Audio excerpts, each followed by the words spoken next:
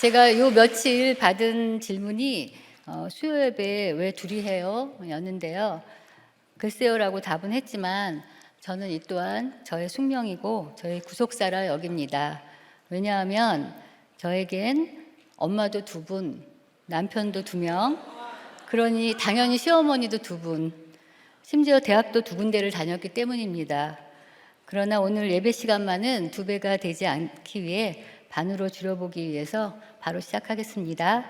오늘 나눌 말씀은 7월 15일 큐티인 본문 잠언 7장 10절에서 27절로 제목은 사망으로 내려가는 길입니다. 훈계의 책인 잠언 중 정말 막장 드라마 같은 장면들과 심판의 경고로 꽉 찬 오늘 본문이 음란한 이 시대를 살아가는 저와 여러분에게 사망의 길에서 돌이키라고 주시는 하나님의 사랑의 초청으로 들리길 바랍니다.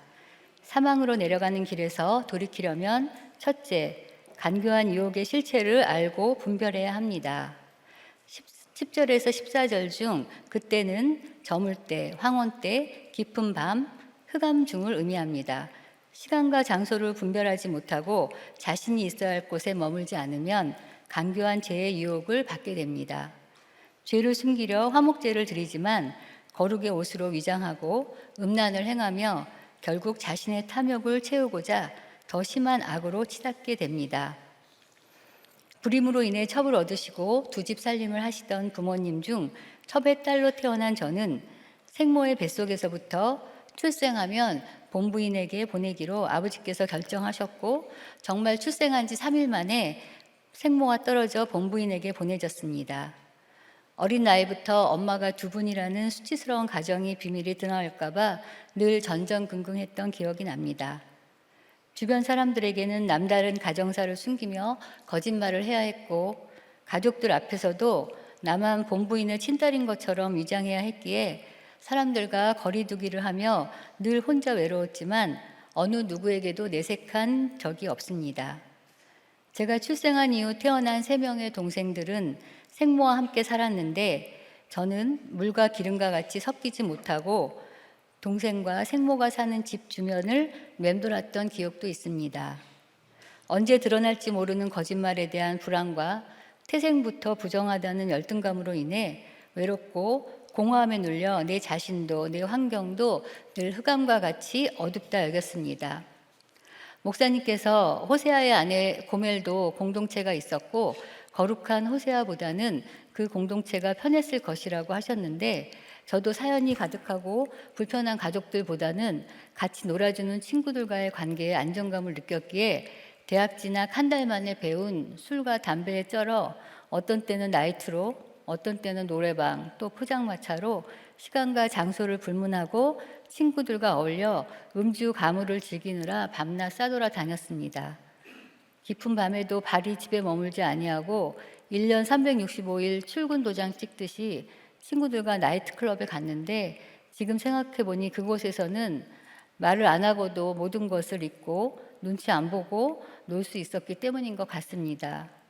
15절에서 27절에 의하면 간교한 유혹은 실체를 숨기고 빈 곳을 노리며 여러 모양의 쾌락으로 다가옵니다. 내가 찾던 사람이 바로 너라며 나만을 위하는 듯한 특별함과 친밀함으로 때론 애굽의 여호와 이불과 같이 이색적이고 매력적인 화려함으로 위장해서 나의 눈을 현혹합니다. 때론 모략과 침향과 계표를 뿌린 것처럼 황홀함에 취하여 오감을 마비시킵니다. 우리라는 이름으로 다가와 고운 말과 호리는 말로 꿰면 넘어가지 않을 사람이 없습니다. 날이면 날마다 목적도 없이 노는 것도 하루 이틀이지 점점 몸도 마음도 지쳐갔고 허무함으로 내 속은 텅 비어갔습니다. 결국 친정의 사연과 저의 음란하고 불안정한 삶에서 벗어나고 싶은 욕심으로 화려해 보이는 국가대표 출신의 잘 나가던 프로팀 운동선수를 소개받게 되었습니다. 그동안 받은 계약금과 억대 연봉으로 건물까지 있는 건물주라고 하니 나의 주머니도 은으로 두둑해질 것을 기대하며 늘 눌리고 어두웠던 내 인생의 반전을 꿈꾸며 결혼하기로 마음먹었습니다. 그러나 기대와는 다르게 건물은커녕 월세집에 자꾸 거짓말을 하며 친정 부모님에게 저 모르게 돈을 빌리려고 하는 남편 때문에 저의 모든 기대는 산산조각 나기 시작했습니다. 얼마인지도 모르는 남편의 빚을 내가 다 갚아야 할 수도 있다는 암담한 현실과 무엇보다 입만 열면 거짓말로 둘러대고 돌아서면 그 거짓말들이 드러나는 반복된 상황을 만들어서 나의 불안을 계속 자극하는 남편은 견딜 수가 없었습니다. 죄인인 저의 실체를 알지 못하니 속았다를 외치며 딸을 데리고 이혼했습니다. 적용 질문입니다. 나는 잘 속는 사람입니까? 잘 속이는 사람입니까? 내 속내를 숨기고자 위장하거나 더욱 열심을 내고 있지는 않습니까? 내가 가장 듣고 싶어하는 고운 말과 호리는 말은 무엇인가요? 사망으로 내려가는 길에서 돌이키려면 둘째, 유혹받은 이의 결말은 반드시 사망임을 알아야 합니다. 22, 23절에서 죄의 결과에 대한 엄중한 경고를 통해 유혹을 멀리하지 않으면 그 결말은 반드시 사망임을 알아야 합니다. 그러니 눈앞의 유혹에 넘어가 받게 되는 고통과 사막의 길에서 돌이키라고 경고하십니다. 간교한 유혹을 멀리하지 않고 가까이에서 겪어보고 극복하려는 태도는 미련한 짓이고 결국 우리를 파멸로 몰아넣고 말 것입니다. 늘 주변을 살피고 위장해야 하는 환경에서 자라며 오래된 저주 같은 불안과 두려움이 제게 딱 달라붙어 있는 것을 알지 못했기에 그 환경에서 벗어나기만 하면 해결될 것 같았습니다. 도살장에 끌려가는 소처럼 속수무책으로 죄를 따르는 미련한 자가 되어 이혼만이 모든 문제가 해결되고 불안과 두려움에서 벗어날 수 있다는 생각으로 첫 번째 이혼을 했지만 요즘 말로 현타가 왔습니다. 딸을 혼자 키워야 하는 현실을 자각하는 타임인 현타가 온 것은 이혼은 얼마 되지 않아서입니다.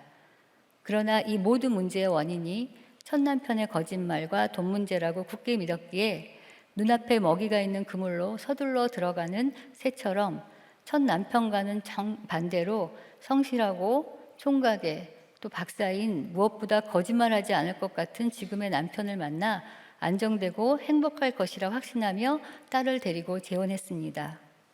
나를 힘들게 하던 저주 같은 첫 남편과 이혼하고 성실하고 정직한 남편 만나 아들도 낳았으니 이제는 딸과 함께 살며 행복한 꽃길만 걸을 줄 알았습니다.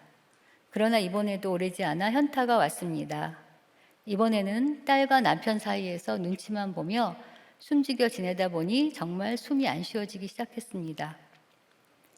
하루 종일 딸이 남편 앞에서 실수할까 불안했고 남편이 딸을 혼낼까 봐 불안했고 남편이 딸을 미워하게 될까 봐 두려웠고 결국 딸이 원수가 되어 나를 저주하며 떠날 것 같은 불안과 두려움으로 지옥 같은 날을 보내게 되었습니다.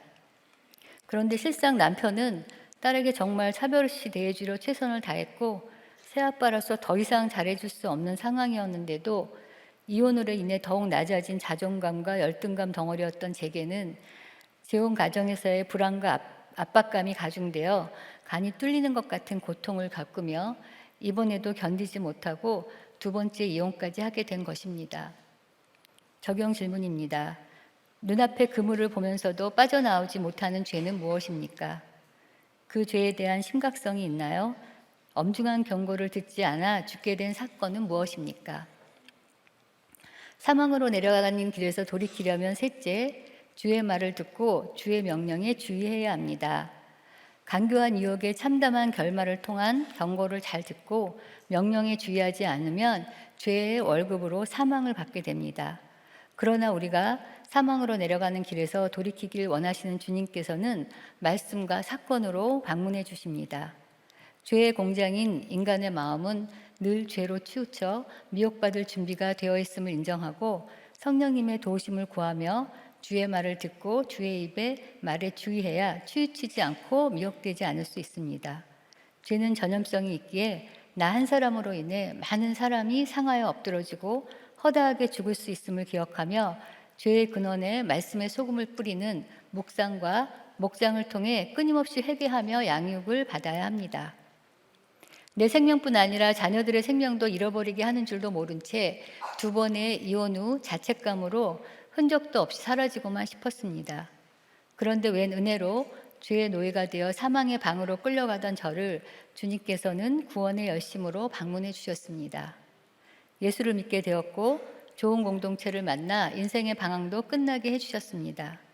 난생처음 성경을 읽으며 주님의 음성을 듣고 주의 명령에 주의하며 온갖 양육과 사건을 통해 내 죄를 토설하게 되니 평생 내게 딱 달라붙어 있던 불안과 두려움과 정죄감이 떨어져 나갔고 죄사함의 은혜로 알 수 없는 기쁨과 자유함을 맛볼 수 있었습니다. 늘 어둡고 우울하고 무기력했던 제가 살아났고 상하여 엎드러졌던 가정도 이혼한 지 5년 만에 재결합으로 회복시켜 주셨습니다. 재결합 후 질환 총량을 시작하며 반항하던 딸의 가출과 ADHD인 아들의 충동적인 문제들이 드러나며 이혼으로 죽은 자 같았던 딸과 아들과의 복구전이 시작되었습니다. 그러나 그동안 받은 양육 덕분에 어떤 것도 내 삶의 결론으로 해석받고 말씀과 공동체에 물으며 복구전을 치룰 수 있었고 가족들이 조금씩 소생하니 나의 상처가 별이 되고 약재료가 되어 이기는 싸움이 되게 해주셨습니다. 그 과정을 지켜보던 믿지 않던 남편이 재결합 10년 만에 세례받고 양육받으며 목자로 섬기게 되었고 불신이셨던 시어머니께서 집안의 제사를 폐해 주시고 2년 전 우리들 교회 장례로 환송 예배까지 드렸는데 큰 시누이께서 등록까지 하시는 열매도 주셨습니다. 무엇보다 이혼으로 하나님의 명령에 불순종했던 나의 죄를 회개하며 천한 나를 돌아보신 주의 은혜에 감사하니 저의 근원이 고침받고 사명 감당하는 은혜도 주셨습니다. 그리고 신실한 주님께서는 지금도 되었다 하며 없는 저를 때마다 대가 지불하는 복구전을 치르게 하시며 성화시켜 가십니다. 이혼 전이나 이혼 후 또 재결합 후에도 여전히 성실한 남편이 권고사직으로 2년 8개월째 집에 머물고 있습니다.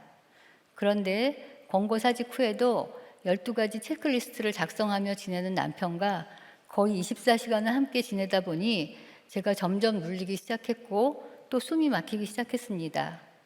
가만 생각해 보니 ADHD인 제가 모범생으로 잔소리 한 번 안 듣고 자란 완벽주의의 강박적인 남편과 하루 종일 같이 지내며 특별한 일이 없어도 24시간 혼나는 것 같은 압박감에 눌리기 시작했고 떨어져 나갔던 불안이 다시 올라오며 예전처럼 무기력과 우울감이 오는 것 같아 낙심이 되기도 했습니다.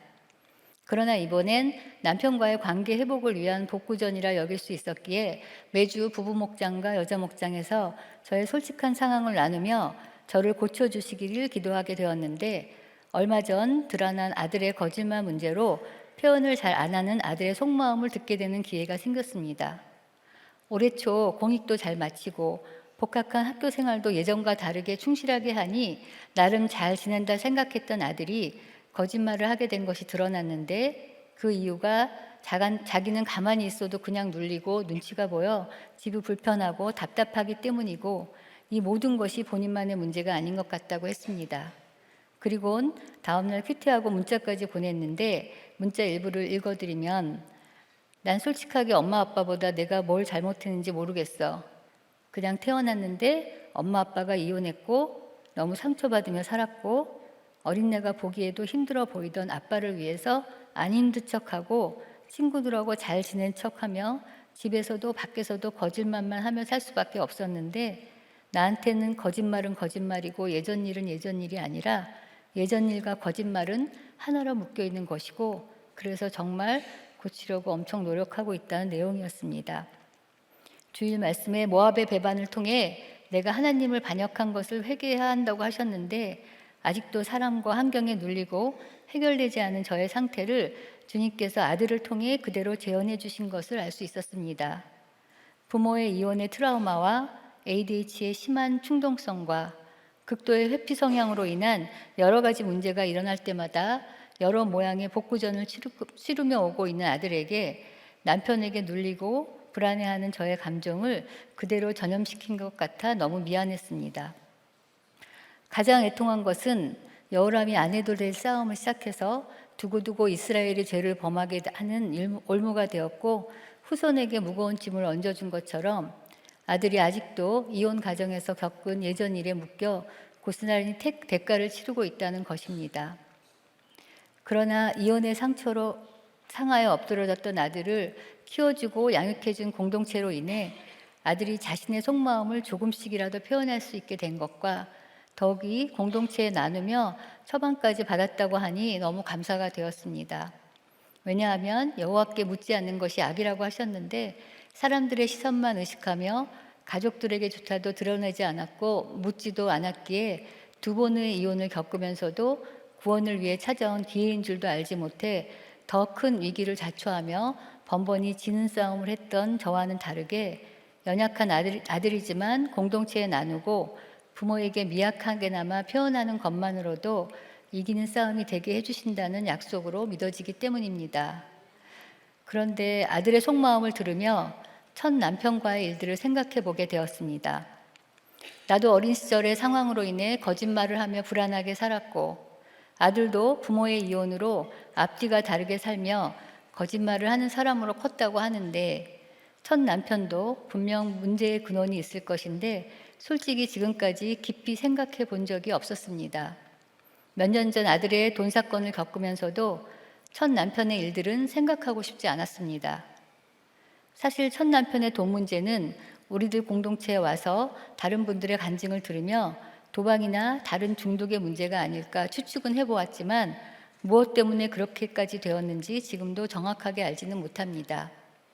다만 첫 남편도 부모님과 어릴 때 떨어져 운동을 시작했고 형편이 어려운 집안에서 성공해서 돕고자 하는 마음으로 열심히 운동했는데 정작 성공하게 되자 스스로 할 수 있다고 착각하며 세상 유혹에 넘어가 앞뒤가 다른 삶을 살게 된 것이 아닐까 해석해 봅니다. 그 당시 딸에게 아기 침대를 손수 만들어주고 딸과 잘 놀아주었던 모습은 불어있고 마치 작정하고 사기를 치려 했던 것으로 단정하며 이혼으로 딸과 친아빠의 관계를 분열시킨 저의 악한 결정을 합리화시키며 살았습니다. 잘 나가던 운동선수가 시합 중 큰 부상으로 갑자기 은퇴를 하게 되니 급속하게 모든 문제들이 드러나게 된 것인데 어느 누구도 구속사를 모르니 구원의 기회인 줄도 모른 채 더 큰 위기를 자초한 것이 깨달아졌습니다. 몇 년 전 담임 목사님께서 제게 지금이라면 첫 결혼해서 이혼 안 하고 지킬 수 있는지 질문하신 적이 있으셨는데 지금이라면 가장 먼저 목장에 데리고 왔을 것이고 치열하게 싸우더라도 말씀과 양육으로 해석하며 주신 구원의 기회를 저버리지는 않을 것 같습니다. 권고사직으로 남편과 보낸 2년 8개월의 시간 동안 많은 눌림이 있었는데 너무 힘들어서 정신과 병원에 가보니 스트레스로 인해 갱년기 증상이 온 것 같다고 하며 의사 선생님이 퇴직한 남편과 지내는 것이 정말 힘든 일이라고 하셨는데 그때는 그닥 큰 위로가 안 되었었는데 얼마 전 목사님께서 눌리는 환경이 구원의 좋은 환경이라고 해석해 주셔서 너무 큰 위로가 되었습니다. 도대체 왜 나는 이혼을 한 번도 아닌 두 번을 겪어야 겨우 정신을 차리게 됐는지 주님께 너무 죄송하고 나의 구원 때문에 수고하며 대가를 치르고 있는 가족들에게도 미안하지만 그럼에도 끝까지 포기하지 않으시고 구원을 이루어 가시는 주님의 사랑을 생각하면 눈물이 납니다. 제가 뭔가 좀 된 것 같아 우쭐해질 뻔했는데 제 주제를 알게 해준 남편과 아들에게 고맙고 엄마의 두 번의 이혼으로 상처받은 우리 딸이 신실한 사위와 함께 예배와 목장을 사수하고 가는 것이 제게는 감당하기 힘들 만큼 후한 선물이 됩니다. 적용 질문입니다. 주의 말을 듣고 주의 명령에 주의하기 위해 아침마다 큐티를 기록하면서 하시나요? 나는 말씀이 아니면 치우칠 수밖에 없는 존재임이 인정이 되시나요? 나 한 사람의 적용이 우리 가정을 살릴 수도 죽일 수도 있다는 것을 믿으시나요? 말씀을 맺겠습니다. 사망의 길에서 돌이키려면 간교한 그래도 한마디 해야지 뭐. 네. 아유, 예. 그래도 말이에요. 네. 그 의사 말은 안 듣고 목사님이 그 우쭐한 것보다는 눌리는 게 낫다고 해서 위로가 됐다 그래서 예, 그나마 참 감사하네요. 예. 그 제가 주일날 설교하면서 그랬잖아요. 그 톨스토이의 동화를 아는 그러니까 누가 말했더니 모르더라고요. 그래서 아니 이런 걸 모르는 사람도 있나 그랬더니 우리들 교회는 다 모를 거라고 이래요. 그래서 그날 손 들어보려니까 모르는 사람이 없더라고요. 그런데도 그 집사님이 톨스토이 동화는 몰라도 목사님 설교는 다 기억하고 예화도 다 기억하고 있다고. 예, 세상 책은 자기는 모른다고 이러세요. 저도 그래요. 진짜로. 그런데 세상 책은 다 아는데 교회를 아무리 와도 제 설교는 하나도 기억을 못하는 사람이 너무 많아요. 그게 뭔지 모르겠어 진짜. 그렇다고 제가 설교를 잘한다는 얘기가 아니고, 이게 진짜 이렇게 구원을 위한 이렇게 말이니까 그게 어떻게 머리가 좋고 나쁘고를 떠나서 제 설교는 다 기억을 하는데 그렇게 세상 책은 기억을 못할까요? 그것이 참 알고 싶어요. 예. 근데 우리 저기 권사님도 AD잖아요. 네. 예, ADHD잖아요, 네. 그죠? 예. 그런데 다른 건 다 뭐 놀러 다니느라고 어디 책이라도 읽었겠어요? 네, 진짜 책 읽은 게 우리 남편이 예. 제가 목사님 책 읽는 거 보고 너무 깜짝 놀랐어요. 글쎄 책이라고는 읽어본 적이 없죠, 그죠? 네, 어렸을 때 이솝 이후로는 네. 거의 없었어요. 예. 그런데 진짜 여기 와서 어떻게 그 책을 읽고 이걸 다 기억을 하는지, 이 권사님 보면은 예, 이게 이제 성령의 파워다 이렇게 생각이 되는데, 그 옛날과 지금과 진짜 이렇게 달라진 거를 하나를 제일 대표적으로 꼽는다면은 예, 뭐가 가장 달라진 것 같아요? 이제는 이제 하기 싫은 것도 네. 일단은 이제 말씀 보고 다시 이제 이렇게 조금씩이라도 하려고 하는 거죠. 네. 그게 이제 그렇지. 저도 옛날 같으면 네, 하기 싫은 거 절대로 안 하죠. 네, 안 하고 회피하고 모른 척하고 그랬을 텐데, 가고 싶은 데만 가고. 네, 그랬을 네. 텐데 이제는 반대로 적용하는 게 적용이라고 하셔서 네. 이제 그거 기억하고 내가 하기 싫은 것도 좀 이제 먼저 하려고 하고 있습니다. 그러니까 우리가 이제 이렇게 말씀을 통해서 근원을 살펴보잖아요. 이 권사님이 어렸을 때 자기의 의지하고 다르게 그렇게 이제 생모하고 친모하고 다른 데서 이제, 아니 똑같은 얘기구나. 생모하고 양모하고 예, 다른 데서 그 어렸을 때부터 인간은 악하기 때문에 눈치를 보죠. 네, 그렇게 살다 보니까 그렇게 회피를 하고 집안에서는 말하기 싫었을 것 같고, 네, 예, 그러니까 진짜 말하기 싫은 술집에 가서 앉아 있는 게 이렇게 편하다, 그게 이해가 돼요. 그런데다가 또 얼굴이 좀 받쳐주는 게, 그게 라헬이 가는 길로 길가에 묻힐 뻔했는데, 네. 그잖아요, 그죠? 네. 그래도 날 가면은 좋아해주는 사람이 있고, 예, 그게 좋은 거는 딱 아닐 것 같은데, 예, 그래도 그거는 이해가 지금 되는 것 같아요. 그래서 내가 이렇게 불행하다고 생각하는 거는 근원을 몰라서 불행한 거거든요. 예, 근데 지금 이제 우리 여러분들도 예, 우리 목장에서 저런 얘기를 들으면은, 아, 어렸을 때부터 그렇게 힘들 수밖에 없었겠다. 우린 당해보지 않아서. 근데 이제 이렇게 저렇게 한 우리 권사님이 진짜 첫 번째 남편도 옳고 그름으로 생각해서 이렇게 이혼을 딱 해치워버리고, 예, 그리고 또 저 인물로 또 박사 만나가지고 결혼 딱 해치워버리고, 그 다음에 또 사니까 또 전 남편의 딸하고 사는 게 숨이 안 쉬어지고, 예, 살 수가 없어. 그러니까 좋은 환경도 박사도 이 소용이 하나도 없어. 숨이 안 쉬어지니까 또 5년 만에 딱 이혼해 쳐버리고. 그러니까 저 미모가 있으면 못할 게 없어요. 예. 근데 결국은 이제 인생이 너무 허무하고, 예, 정말 똑같이 무기력이 또 찾아오고, 예, 근원적인 어렸을 때부터의 그 우울과 ADHD가 예, 정말 해결할 길이 없었는데, 예, 그야말로 이렇게 복음으로 주님이 찾아오셔서 손을 대 주셨어요. 그 물구멍에 소금을 딱 뿌려가지고, 예, 그러니까 다른 길 다 많았을 텐데, 예, 자기 자신을 이렇게 알게 되고, 그 다음에는 오늘 이제 첫 남편의 그 근원까지 오늘 생각하게 되는 그런 얘기까지 해주시는 거는 정말 이혼은 하지 마라, 그 얘기를 메시지로 주는 거예요. 예, 어떤 경우도. 그런데 이제 환경이 안 되고 이러면 살 건데, 저렇게 미모가 있고 돈이 있으면은 진짜 이혼을 안 하는 사람이 없더라고 요즘에. 예.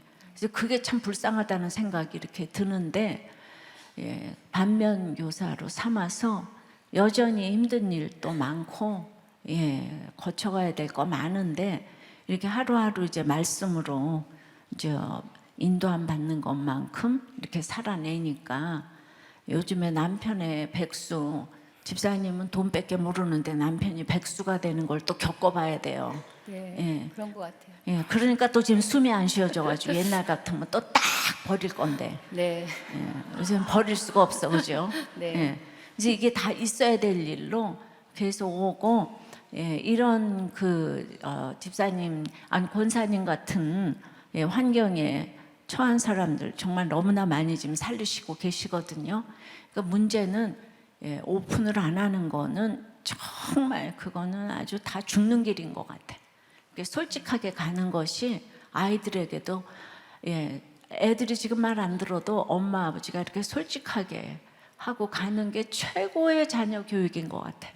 네, 예, 그냥 진짜 이렇게 보면은, 예, 그게 우리가 어차피 구경꾼인데 세상이나 저 불신자나 신자에게 우리 성도는 구경꾼인데, 예, 구경을 안 당하기 위해서 하면 이기고도 진 싸움이라 그랬는데, 지금 이제 우리 권사님들은 진짜 모든 걸 이렇게 구경거리가 되게 해주시잖아요. 그러니까 우리 또 듣는 모든 분들이 이렇게 좀 자유함을 누리셨으면 좋겠어요. 자기 얘기를, 예, 나만 그냥 부끄러워서 그러지 막상 이렇게 해놓으면 아무것도 아닌데, 예, 그래서 오늘 권사님처럼 다른 교회 같으면 그냥 저기 뒤에서 이렇게 앉아서 이걸 어떻게 숨기고 사나 할 텐데, 우리도 교회는 오픈 하나 했다고 이렇게 잘난 척을 하면서 이제 사실은 놀라운 영광의 역사가 일어날 줄 믿습니다. 아멘. 예, 은혜 받았어요. 네.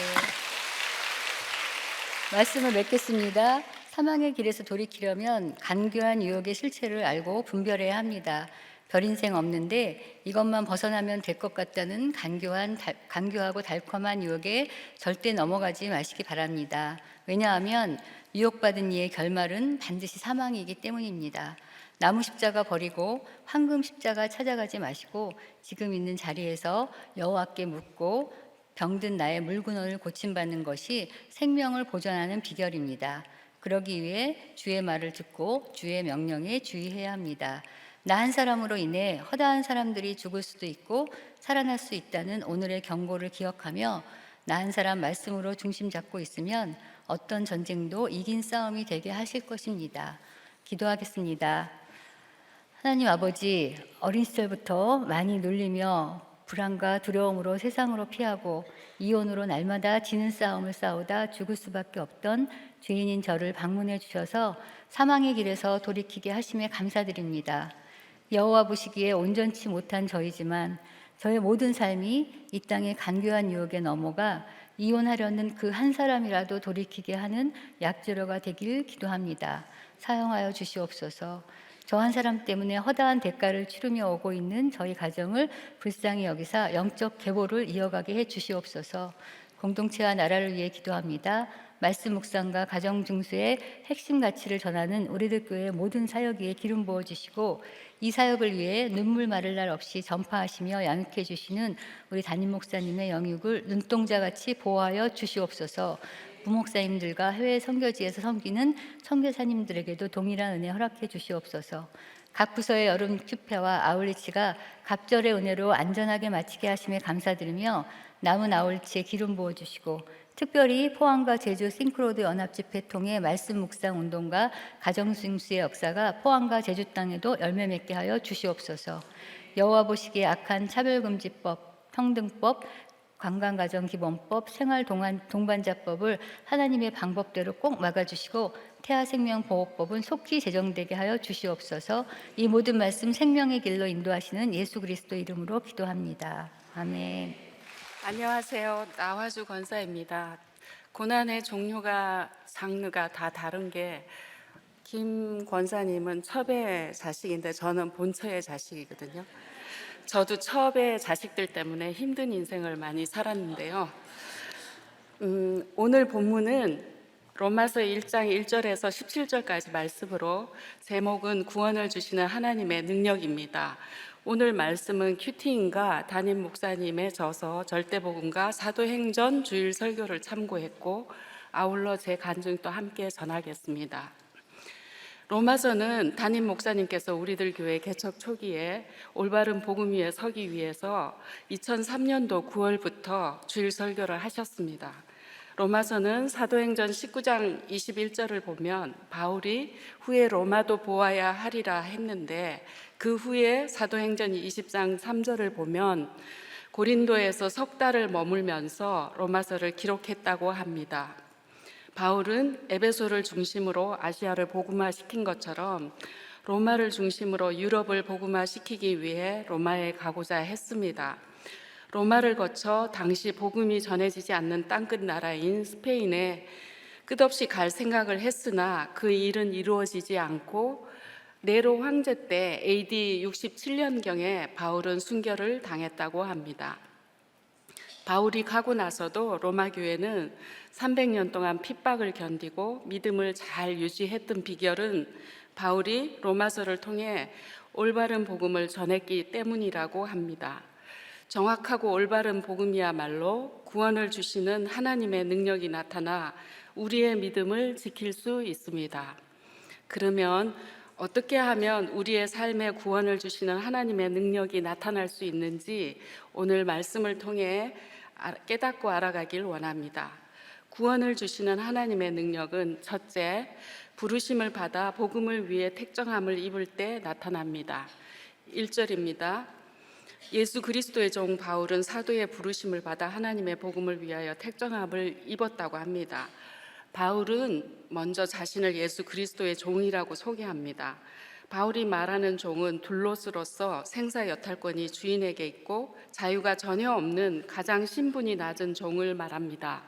예수님의 종이 된다는 것은 주님처럼 자신도 십자가를 지겠다는 삶의 결단이라고 합니다. 그러나 바울은 예수님 만나기 전에 이름이 사울 큰 자입니다. 베냐민 지파, 가말리엘 문화생, 율법학자, 다소시 출신, 로마 시민권자로 모든 것을 갖추고 자기 열심으로 교회를 박해하고 스데반을 돌로 쳐 죽였던 사람이었습니다. 그런데 이방 선교를 위해 주님의 부르심으로 큰 자에서 작은 자로 파울로스로 이름을 바꾸고 자신의 모든 기득권을 복음을 위해 배설물로 여기고 포기했습니다. 예수 그리스도의 종으로 작은 자로 고백하니 사도라 부르심을 받습니다. 사도의 원어는 아포스톨로스, 부르심을 받은 자, 보냄을 받은 자라고 하는데 자기 열심으로 달려가는 바울이 다메섹 도상에서 불가항력적인 하나님의 밀치심으로 복음 속으로 뚫고 들어가졌다라는 것입니다. 사도로 부르심을 받은 목적은 하나님의 복음을 위하여 택정함을 입었다는 것입니다. 택정함은 구별됨인데 사도는 세상과 구별된 삶을 사는 영적 바리새인으로서 예수님처럼 땅끝까지 내려가서 죽는 것을 뜻합니다. 고린도전서 4장 9절에 보면 바울은 사도는 하나님이 죽이기로 작정한 자와 같이 끄트머리에 두고 구경거리가 되게 하셨다고 합니다.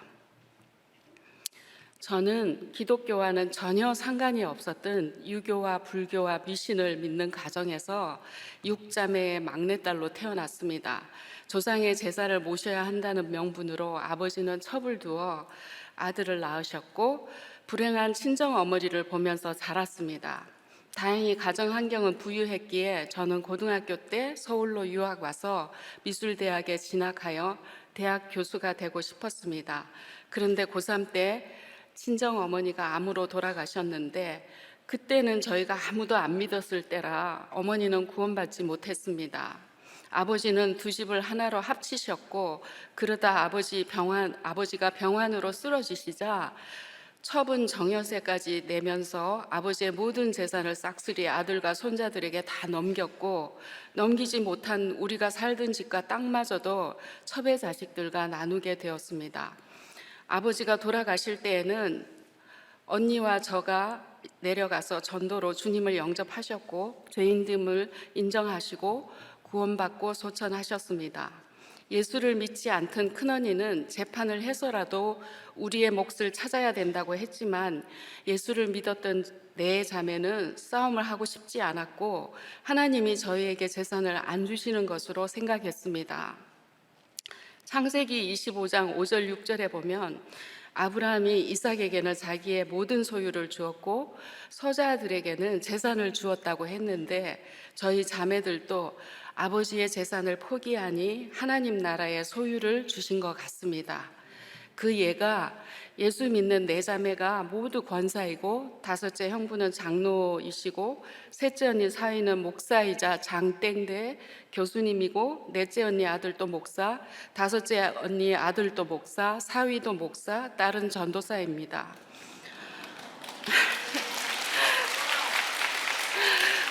기독교와 전혀 상관없었던 저희 집안에서 당대에 이렇게 많은 목회자가 나왔으니 하나님 나라를 소유로 주신 거 맞죠?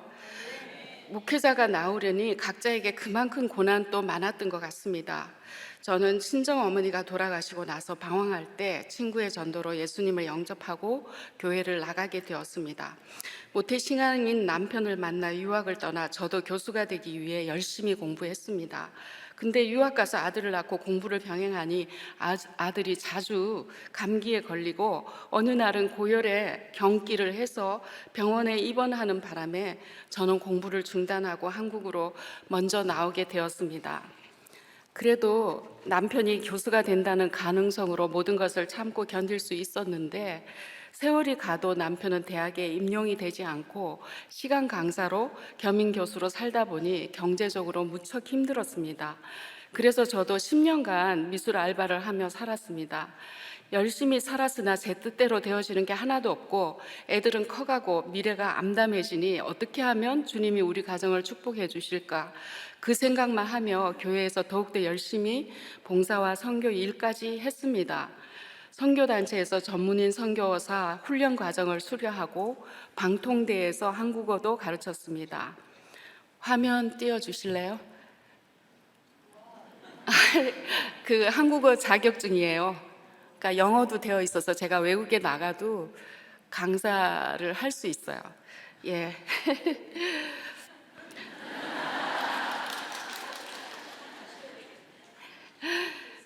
예, 당시 수지 동천동 지역이 가구공장 지대였거든요. 제가 거기서 외국인 노동자들을 자주 만나서 90년도예요. 90년도. 전도도 하고 같이 밥도 먹고 교제도 했습니다. 제가 초창기에 우리들 교회에서 10년간 선교부에서 선교부장으로 활동했는데 그래도 약간 자격이 있지요. 이렇게 열심히 선교하면 하나님이 남편을 교수가 되게 하고 자녀들도 잘 되지 않을까? 라는 기복에 뿌리를 두고 무서운 열심과 욕심으로 사역을 했으니 주님이 속으실 리가 없습니다.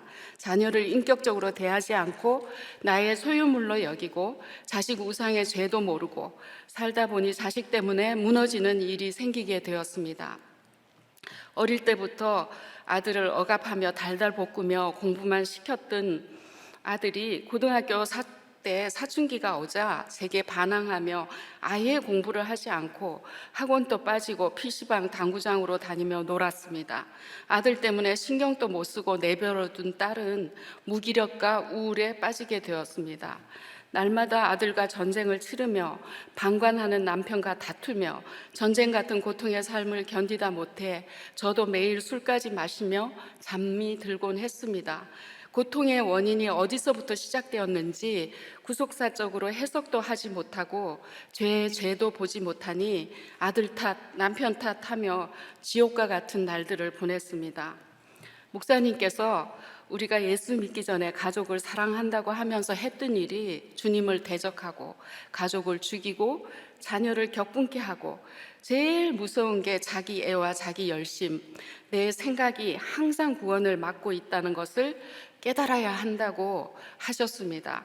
그러나 자식 때문에 택자는 믿음이 강해지고 불택자는 믿음이 약해진다고 합니다. 그래서 저도 아들 고난으로 97년도 9월에 당시 목사님이 인도하셨던 큐티 모임에 나가게 되면서 복음이 제게 뚫고 들어오게 되었습니다. 적용 질문을 드립니다. 누구의 종으로 살아가고 있습니까? 돈, 배우자, 자녀 등 세상의 종으로 살아갑니까? 예수 그리스도의 종으로 살아가고 있습니까? 복음을 위해 구별된 삶을 잘 살아가고 있습니까? 구원을 주시는 하나님의 능력은 둘째, 복음을 믿고 순종할 때 나타납니다. 2절에서 7절까지입니다. 바울은 1절에서 자기소개를 한 후에 2절부터는 복음에 대해 설명하는데 복음은 굿뉴스, 기쁜 소식입니다. 2절에서 4절까지 보면 복음은 선지자를 통해 성경에 미리 약속하셨다고 합니다. 육으로는 유다 지파 다윗의 혈통에서 나셨고 영으로는 죽은 자들 가운데서 부활하신 하나님의 아들 예수 그리스도가 복음입니다. 내게 오는 어떤 사건도 예수 그리스도를 대입하면 복음이고 구원의 사건이고 그것을 구속사적으로 해석하면 문제가 해결된다고 합니다. 얼마나 기쁜 소식입니까? 5절에서 하나님이 예수 그리스도를 통해 우리에게 은혜와 사도직을 주셨습니다. 예수 그리스도를 믿고 구원받은 하나님의 자녀라면 누구나 사도로 부르심을 받은 자로 믿고 순종하며 복음을 전하는 삶을 살아야 합니다. 2003년도 1월 저희 가족은 우리들 교회 초창기 때 왔습니다. 자녀 고난, 남편 고난으로 우리들 교회에 왔어도 저의 기복적 가치관이 금세 변화되지는 않았습니다.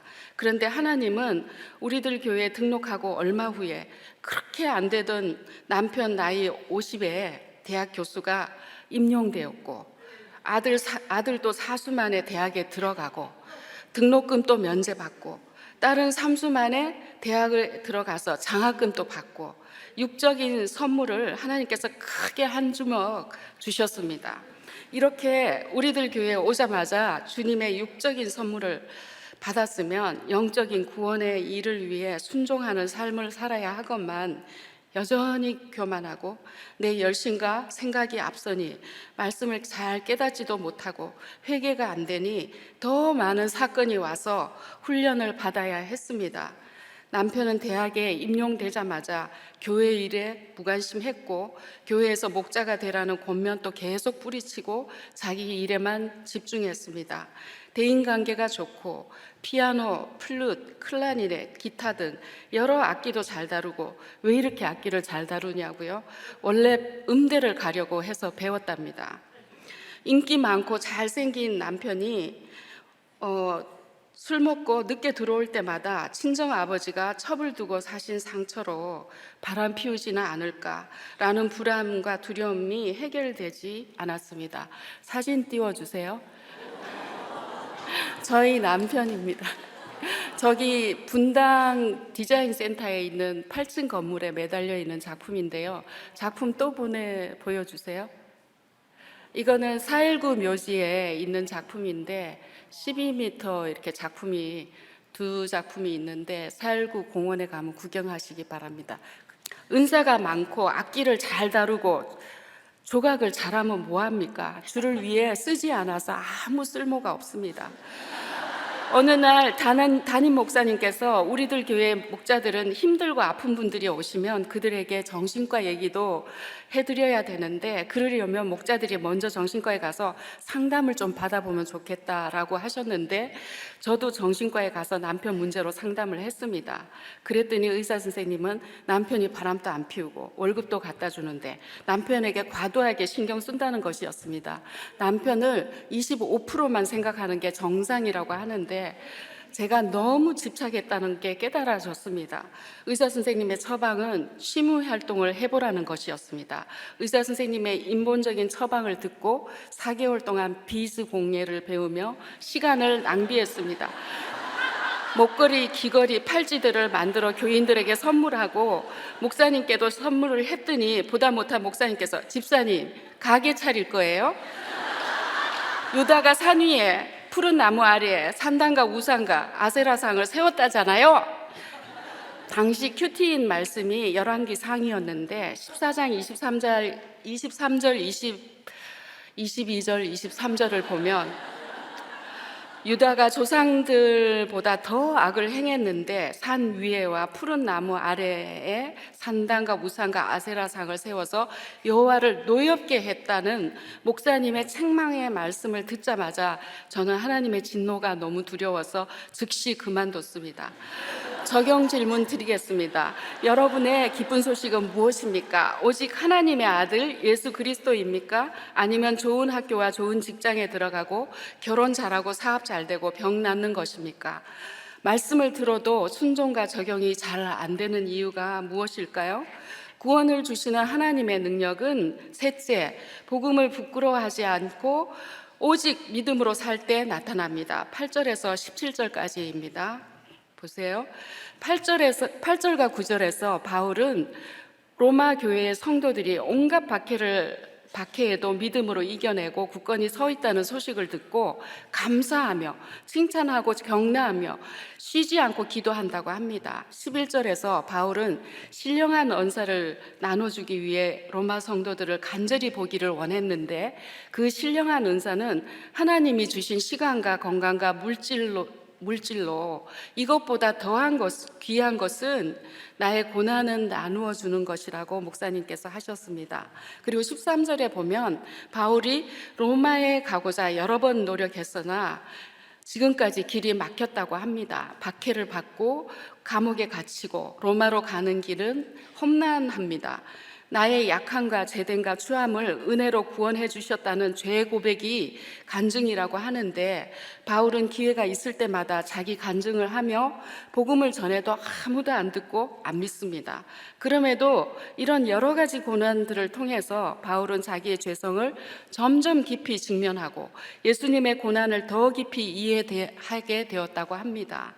16절과 17절을 보면 복음에는 하나님의 의가 나타나서 믿음으로 믿음에 이르게 한다고 하셨는데 하나님의 의는 하나님의 오르심이라고 합니다.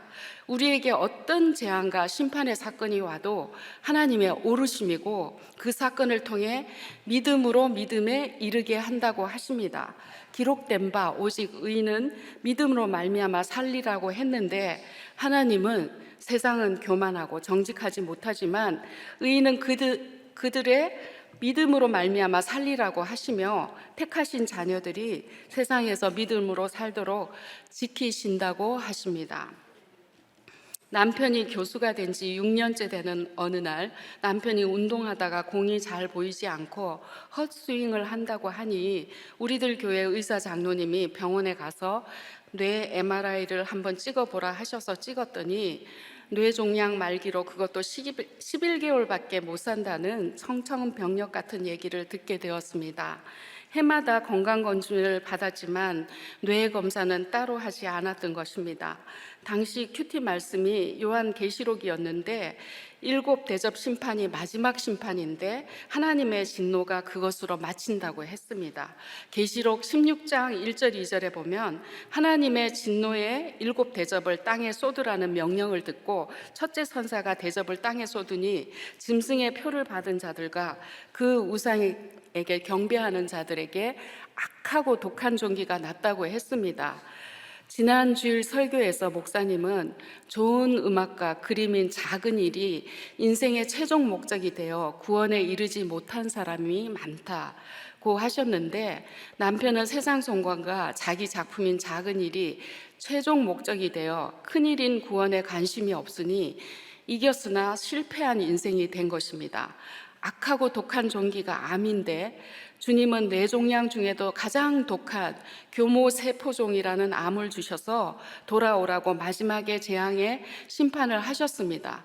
이 땅에서라도 심판을 받고 돌이켜 구원받으라는 것이 하나님의 사랑이라고 하셨는데 정말 주님의 사랑으로 남편은 10년간 자기 삶을 회개하며 가장 약하고 힘이 없는 상태로 구원받고 천국에 갔습니다. 11개월밖에 못 산다고 했지만 기적적으로 10년을 살다 갔는데 4년 반은 건강을 되찾아 다시 학교에 나갔고 5년 반은 암이 3번이나 재발하여 투병 생활을 했습니다. 저는 간병하느라 너무 힘들었기에 일상을 잘 살아내기 위해 매일 큐티를 하니 주님과 저절로 친밀한 시간을 보낼 수 있었습니다. 저희 남편이 뇌종양으로 언어 신경을 손상을 입어 처음에는 말하는 것과 쓰는 게 잘 안 되었습니다. 큐티를 날마다 쓰도록 권면했는데 처음에는 잘 쓰지 못했던 남편이 나중에는 너무나 똑바로 잘 쓰고 말도 점점 잘하게 되었습니다. 화면 띄워주세요. 예. 처음에 이렇게 쓰다가 2009년 1월달, 2010년 2월달, 2010년 3월인데요. 한 달 사이에 저렇게 많이 달라진 거예요. 예. 그런데 쓰는 것보다 암송이 뇌에 더 오래 저장된다고 하니 성경 구절을 많이 암송하시기 바랍니다. 저는 아픈 남편 때문에 집, 교회, 병원 외에는 아무 데도 갈 수 없고 매일 새끼를 차려야 하는 숨막히는 환경이 반복되고 언제 끝날지도 모르는 간병에 지쳐가니 저도 아파서 입원하는 한계적 상황이 왔습니다. 그러니 저절로 제 속에 더러운 모든 악들이 쏟아져 나왔습니다. 한계적 고난이 없었다면 뿌리 깊은 악을 토해낼 수도 없고 자신이 죄인인 줄도 모르고 그리스도의 고난을 깊이 이해할 수도 없었을 것입니다. 제가 얼마나 남편 질서에 순종이 안 되고 사랑이 없고 인내심도 없고 연약한 죄인인지를 직면하게 되었습니다. 변하지 않는 저 자신 때문에 절망하고 죄에 대해 아파하며 주님께 부끄럽고 죄송해서 회개도 많이 했던 것 같습니다. 사건이 오면 물을 만한 지체가 있고 손을 내밀 수 있는 공동체로 인해서 하루하루를 잘 살아내었던 것 같습니다. 그러나 문제 부모였던 제가 오랜 시간 동안 날마다 큐티하고 모든 예배를 중수하고 목장에서 나누고 가다 보니 이제는 자녀들도 교회를 신뢰하고 제가 교회에서 하는 모든 일에 우선순위를 두고 사는 것을 당연히 여깁니다. 남편이 소천하기 한 달 전에 딸은 우리들 교회 청년부에서 만난 형제와 신결혼하고 결혼 4년 만에 손자를 안겨주었는데 아기가 금세 생기지 않아 기도를 많이 했습니다. 기도해서 태어난 손자라 더 기쁩니다. 결혼에 대해 자신이 없다던 비혼주의였던 아들도 믿음의 배우자를 만나 이제 결혼한다고 하니 너무 감사합니다. 16절에서 먼저는 유대인에게요 그리고 헬라인에게로다 하니 가족 구원을 먼저 이루고 오직 믿음으로 말미암아 다른 사람을 살리는 사명을 잘 감당하시길 기도 부탁드립니다. 적용 질문 드립니다. 복음을 전할 때 부끄러웠던 적이 있습니까? 막히고 힘든 사건이 와도 하나님의 오르심이 인정이 되고 오직 믿음으로 말미암아 살리라가 되어집니까? 먼저는 가족 구원을 위해 힘쓰고 있습니까? 말씀을 믿겠습니다. 네, 오늘 이제 그 본처와 첩의 저기가 같이 나왔잖아요. 예, 그 본처의 자녀인 권사님은 저렇게 첩의 자녀인 김 권사님을 보고 어떤 마음이 들어요? 제가 첩의 자식들하고 살아봤잖아요. 네. 저보다 훨씬 나아요. 예, 왜 그러냐 하면 눈치가 빠르고 네. 저는 눈치가 없어요. 그건 그래요. 눈치가 빠르고 상황 판단을 아주 잘하고 그다음에 이렇게 절대로 나서지 않아요. 그래서 그 첩이 그 아버지가 엄마랑 살 때와 첩이랑 살 때 너무너무 다른 모습을 봤어요. 그러니까 엄마랑 살 때는 거의 죄인처럼 부들부들 떨면서 고개 숙이고 사셨는데 첩이랑 사실 때는 완전히 왕처럼 사셨어요. 그래서 그 제가 가장 충격받았던 거는 제가 이렇게 방학 때 서울 대구로 내려가면 아침에 일어나면 저희가 그때 당시에 4명이 모두 다 대학생이었어요. 첩의 자식 2명, 저도 대학생, 이런 4명이 대학생이었는데 일어나자마자 얘네들이 아침에 나가지도 않을 건데 다 화장을 하고 있는 거예요. 깜짝 놀랐어요. 일어나자마자 엄마랑 다 화장을 하고 있어. 그게 몸에 배였더라고. 그래서 제가 너무 놀랐어요. 첩은 화장을 잘하는구나. 그런 것 같아. 우리 김현정 원사 정말 화장을 잘해. 그리고 아버지가 막 고함을 지르면 저희 앞에서는 고함 지른 적 없으셨거든요. 네. 고함을 지르면 절대로 이렇게 숨을 죽이고 있어요.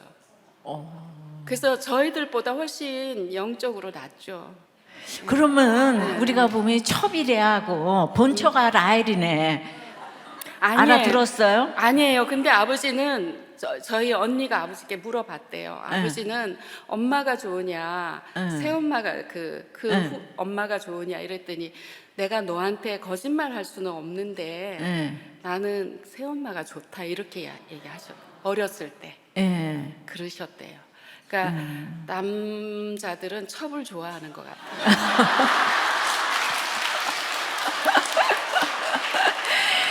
이거를 오늘 본처의 자녀가 얘기를 해주니까 이게 얼마나 우리는 다 이렇게 현실을 직시하잖아요, 그죠? 그러니까 옛날 같으면 하여튼 첩이라면 이를 갈았을 거 아니에요. 사실 이렇게 구속사를 모를 때는 저 첩 때문에 우리 다 망했다. 그렇죠. 그랬겠죠. 그런- 돈도 재산도 다 갖고 갔으니까. 그러니까 재산 가지간 첩의 자녀들은 지금 예수 믿고 잘 살아요. 어떻게 됐어요? 너무 잘 살아요. 예, 재산 가지가서. 그리고 저희 엄마가 죽고 나서 이렇게 합쳤잖아요. 네. 그래서 첩의 자식들은 다 예뻐요. 예. 그래서 거의 다 에스테 출신, 뭐 대단한 사람들한테 다 시집 갔는데 세상에. 네. 아버지가 바리바리 그 새엄마가 엄청나게 싸서 이렇게 막 앵겼어요. 예. 예. 그런데 지금까지 너무- 잘 살아요. 너무 잘 살아요. 근데 예수는 믿어요, 안 믿어요? 믿어요. 예수까지 믿어요. 근데 믿는데 응. 그러니까 그 구속사적으로 믿을까 싶어요. 그렇지는 않을 것 같아요. 그런데 전부 지금 교회를 나가는 거예요? 새엄마는 천주교 신자시고 네. 딸들은 교회도 다닌다는 얘기는 들었어요. 그러니까 네. 교제가 없으니까 잘 모르죠. 예. 이렇게 돈 가져가면 이렇게 교제가 끝나는 거예요. 예. 그러니까 걔네들이 저희랑 만날 때도 쥐 죽은 듯이 조용히 있어요. 야. 정말 대단하다고 생각해요. 네. 네. 그러니까 네. 저 그 결혼하고도 지금 잘 산다는 말이 이해가 돼요. 예. 그 쥐 죽은 듯이 있는 걸 어렸을 때부터 훈련했으니까 신랑들이 좋아할 거 아니에요. 예뻐요 또. 아유 세상. 저희들은 별론데요. 예. 네, 저희들 별로.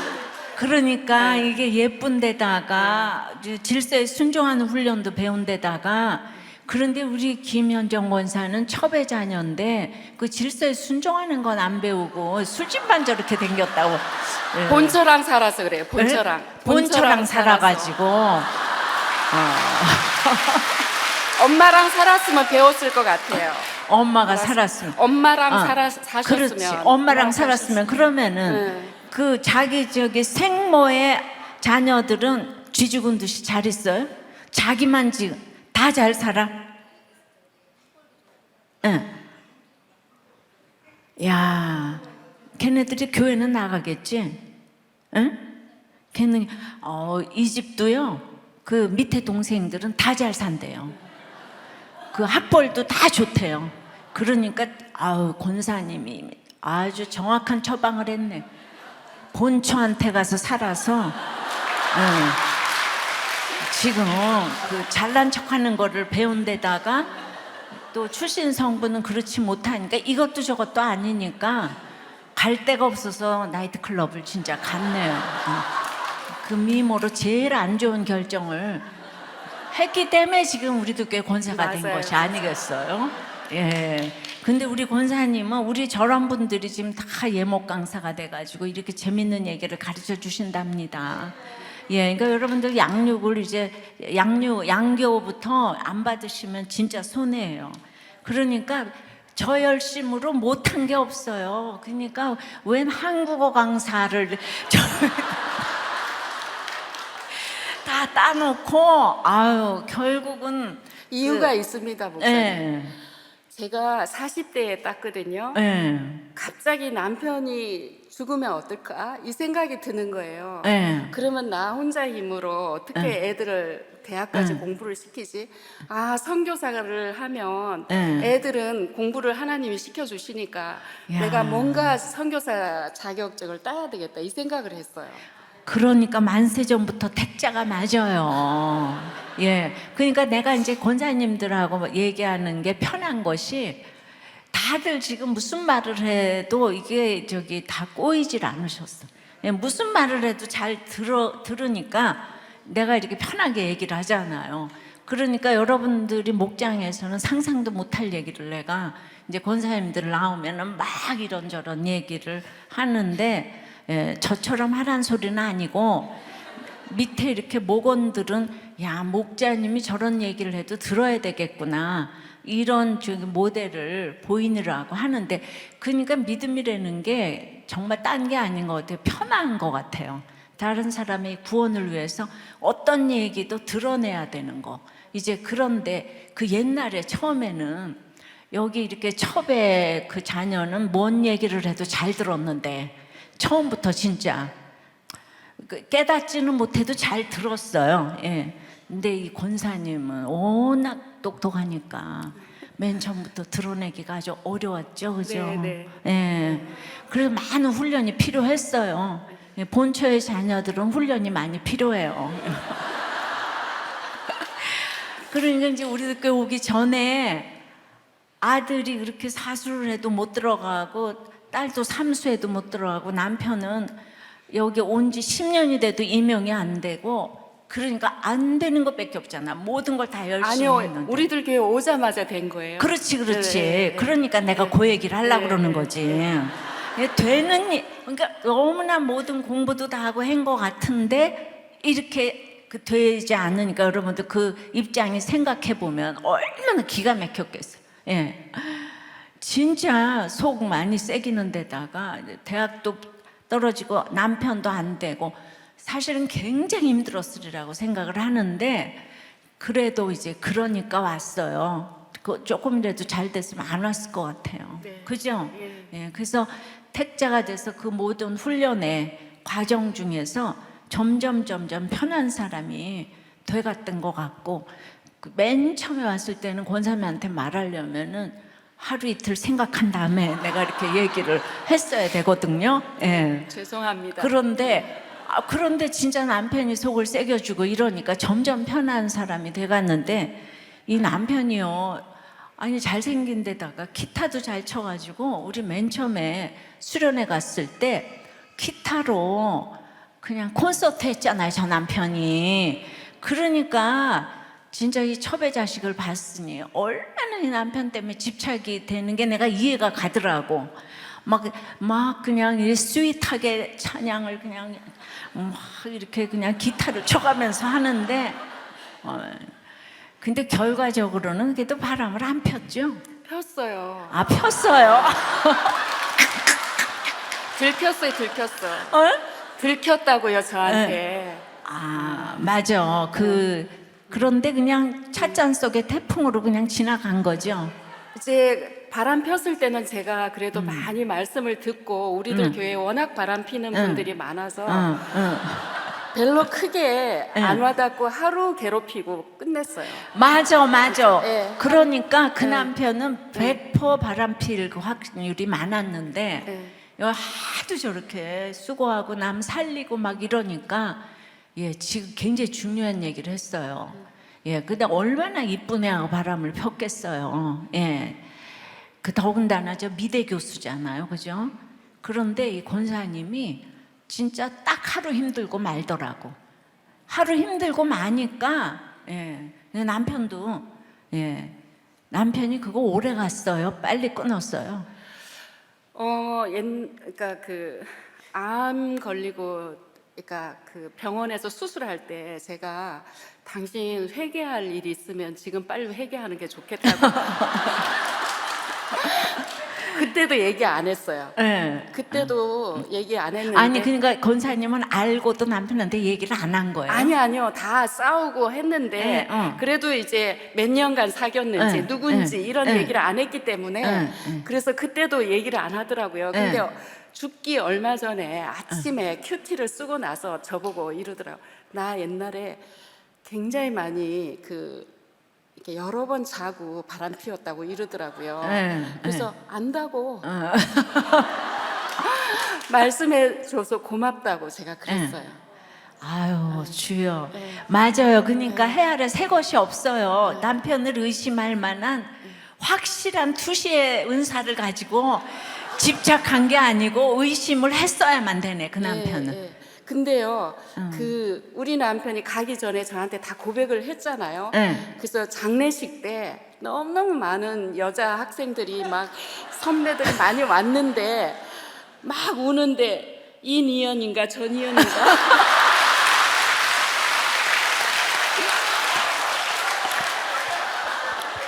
제가 너무너무 살폈는데 도저히 알 수가 없어요. 너무나 우는데 너무 많아가지고 너무 많은 여자들이 우는데 근데 너무 스윗하거든요. 저 남편이 나이스해요 진짜. 예. 근데 저희 형부가 돌아가실 때 바람 피우고 돌아가셨거든요. 셋째 형부가. 예. 근데 그 여자는 장례식에 온 거예요. 그래서 네. 언니가 막 뭐라 그래. 여기가 어딘데 왔냐고 이랬는데 저는 남편이 저한테 고백했기 때문에 하나님이 그런 꼴을 안 보여주신 것 같아요.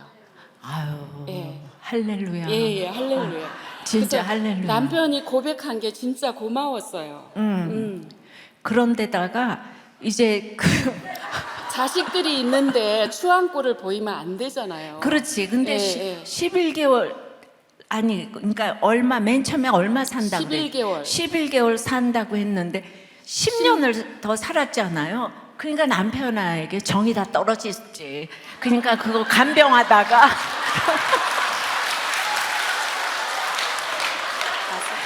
난 이렇게 해석을 잘해요. 예.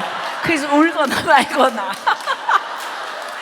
그리고 객관적으로 이렇게 아름다운 모습을 지금 보여줘야 되겠다. 제성신이 이렇게 난 거고 하나님이 그러니까 십자가는 지혜고 타이밍인데 이게 다 맞춰주신 것 같고, 예, 권사님은 진짜 오직 복음 맞아요. 오직 복음인데 맨 처음에는 갖춰진 게 너무너무 많았는데 갖춰진 거를 지금 뺏어간 거 아무것도 없으신데 결론적으로는 다 지금 이루어 주셨어요. 진짜 다 되시고 또 이렇게 신결혼을 하고 그리고 이제 또 뭐 아들은 아직도 좀 이제 그러긴 하지만서도 예, 워낙 직업이 그렇다 보니까 근데 워낙 간절하고 막 자녀에 대해서도 그냥 너무 정말 이제 간절하시고 이게 막 이렇게 전달이 되니까 앞으로 아들도 다 이렇게 잘 믿을 줄 믿습니다. 아멘. 권사님은 모든 기도가 다 이루어졌어요. 아멘. 그죠?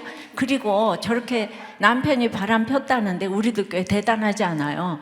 그 해석을 딱 했기 때문에 하루 힘들고 말았대잖아요. 그 옛날에는 믿기 전에는 여기 와서도 맨날 남편 뒷조사하고 맨날 그거가 그냥 나눔의 거의였는데 달라지더라고요. 뒷조사는 안 했어요. 응? 뒷조사는 그치, 조사는 안 했지. 근데 네, 불안해, 속상했어. 불안해했어요. 응, 불안했어요. 불안해했는데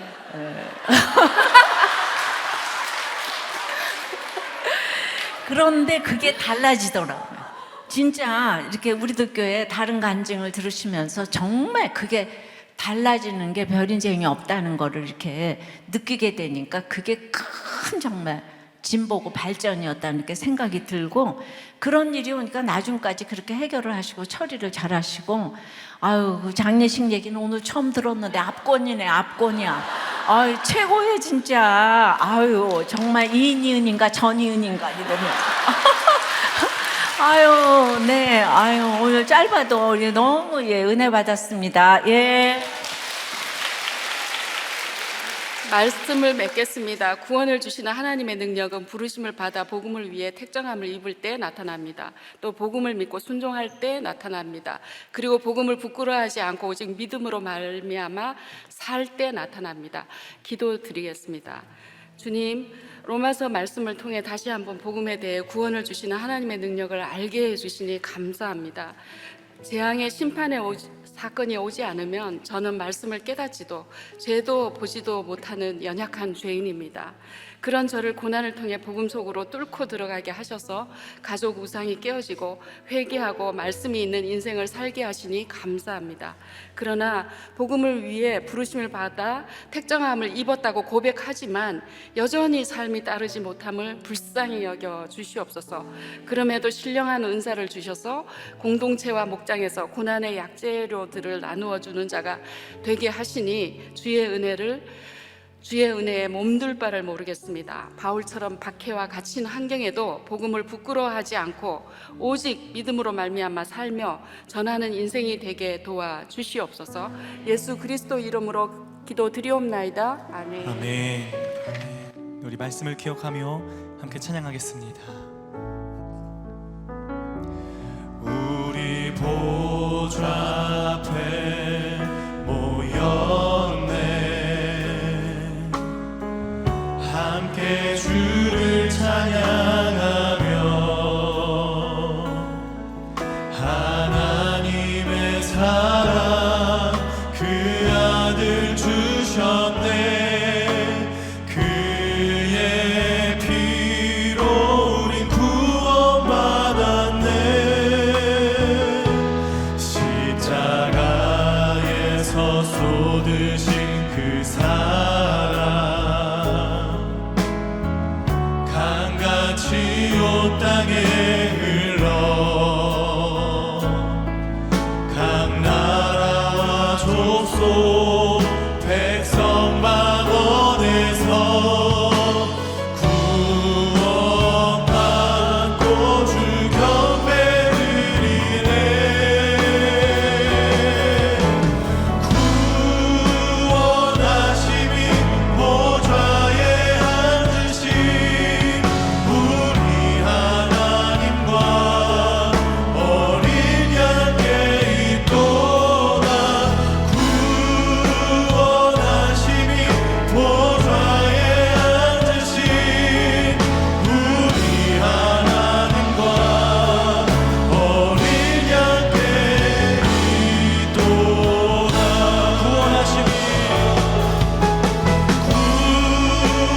구원하심이 보좌에 앉으신 우리 하나님과 어린 양께 있도다.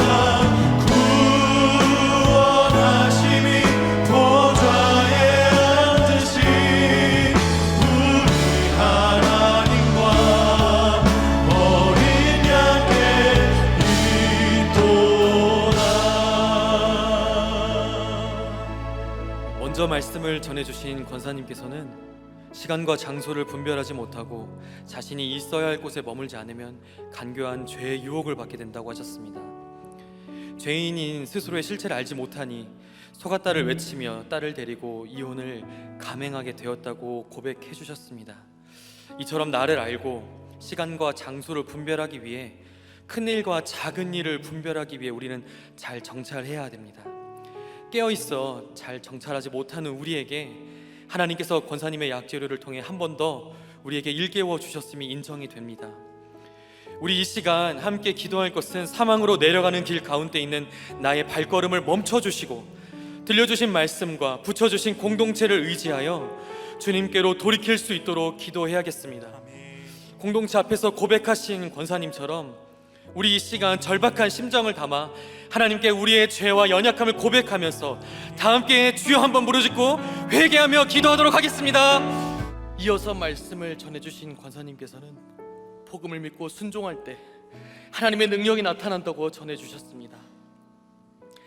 육적으로 채워주신 하나님의 선물을 받았음에도 영적인 구원의 일을 위해 순종하는 삶을 살지 못했고 여전히 교만하여 내 열심과 내 생각이 앞서기에 이 가족을 통한 자녀와 남편을 통한 사건과 고난으로 훈련받아 결국에는 바울처럼 떠밀려 복음을 뚫고 들어가게 되었다고 하십니다. 담임 목사님께서 말씀해 주시기를 우리가 믿기 전에는 가족을 사랑한다고 하면서 했던 일이 주님을 대적하고 가족을 죽이고 자녀를 격분케 하는 일이라고 하셨습니다. 자기 애와 자기 열심, 자기 생각은 항상 구원을 막고 있다는 것을 깨달아야 한다고도 말씀해 주셨습니다. 이 시간 우리 한 번 더 소리 모아 기도할 것은 우리 가정 가운데 구원의 능력이 임하기를 기도해야겠습니다. 이기는 싸움은 하나님께 묻는 싸움이라고 했습니다. 잘 묻고 잘 순종할 때 이기고도 진 싸움이 되지 않는 법인데 여전히 되었다함이 없는 우리는 순간순간 나의 생각과 판단대로 행하여서 가족의 구원과 나의 구원을 가로막을 때가 있습니다. 우리의 가정이 믿음의 가문이 되어갈 수 있도록 함께 구했으면 좋겠습니다. 믿지 않는 가족들에게 당신이 나보다 옳다며 구원을 위한 적용에 손을 내밀 수 있기를 원합니다. 호불호를 떠나서 구원 때문에 내민 적용의 손은 주님께서 결코 내버려 두지 않으신다고 했습니다. 구원을 주시는 하나님의 능력이 우리 가정에 임하기를, 우리 가족들에게 임하기를, 나에게도 임하기를, 그리고 이것을 위하여서 기꺼이 적용의 손을 내밀 수 있도록 우리 이 시간 함께 간절히 주여 한번 부르짖고 기도하겠습니다. 이겼으나 진 싸움은 한 가지를 남겼기 때문이라고 했습니다. 우리가 살만하면, 작은 일이 해결되면 여호와께 묻지 않고 하나님을 잊는 것이 이 사람의 악한 본성이라고 합니다. 그런 우리의 죄된 본성은 우리로 하여금 이긴 듯 착각하게 하며 결국엔 진 싸움이 되게 합니다. 그래서 우리는 잘 물어야 합니다. 말씀에 묻고, 기도하며 묻고, 공동체에 물으며 나아가야 합니다. 이렇게 말씀과 공동체에 함께 할 때 우리의 죄된 본성은 그 힘을 잃게 될 줄 믿습니다. 우리 마지막으로 함께 기도할 것은 우리의 삶이 여호와께, 하나님께, 그리고 공동체에 잘 묻는 인생이 되도록 결단하시고, 또한 우리들 공동체와 나라를 위해서도 기도해 주십시오. 잘 묻고 가며 앞으로는 남고 뒤로는 미치는 어리석은 실수가 반복되지 않도록, 정말 참 승리를 통해 열매와 결실이 가득한 인생으로 쓰임받도록 기도하십시오. 거룩과 구원을 위한 복음의 능력이 충만한 인생이 되게 하시고, 우리들 교회 날마다 살아나는 역사를 계속해서 더하시어서 강에서 바다로 나아가는 역사가 계속해서 이어지도록, 한 영혼을 위해 눈물로 말씀 전하시는 담임 목사님의 사역에 기름 부어 주시고, 담임 목사님의 영과 육을 강건케 하여 주시도록 하나님을 경외하는 위정자를 허락하시어 이 나라의 차별금지법과 같은 악법들을 막아주고 태아 생명보호법이 제정되어 거룩을 회복해가는 나라가 되도록, 우리 함께 잘 묻는 인생이 되도록, 그리고 교회와 나라를 위하여 마지막으로 주여 한번 부르짖고 간절히 기도하겠습니다. 사랑하는 하나님, 오늘 두 분 권사님을 통하여 고난은 피의 물이 아니라 구원의 물이었음을 다시 한번 알게 해주셨습니다. 저 역시도 너무나도 악하고 음란하여서 가난과 극심한 공황을 겪으시는 이 아버지를 보며 나 혼자만 피해자라고, 나만 속고 살았다며 부모와 세상을 욕하고 원망해왔습니다. 목회자가 되어도 이 물 없는 환경을 해석하지 못해서 하나님의 세팅을 구원의 물로 보지 못하고 모압 사람들처럼 피의 물, 멸망과 패망의 물이라 여기고 살았습니다. 고난이 축복이 아니라 저주라 여기며 하나님을 원망했던 악한 저를 용서하여 주시옵소서. 그렇게 스스로 만든 틀에 갇혀 살던 저에게 말씀 공동체를 만나게 하시어 해석받게 하시고 진짜 이겨야 하는 큰 싸움이 무엇인지를 깨닫게 해주셨습니다.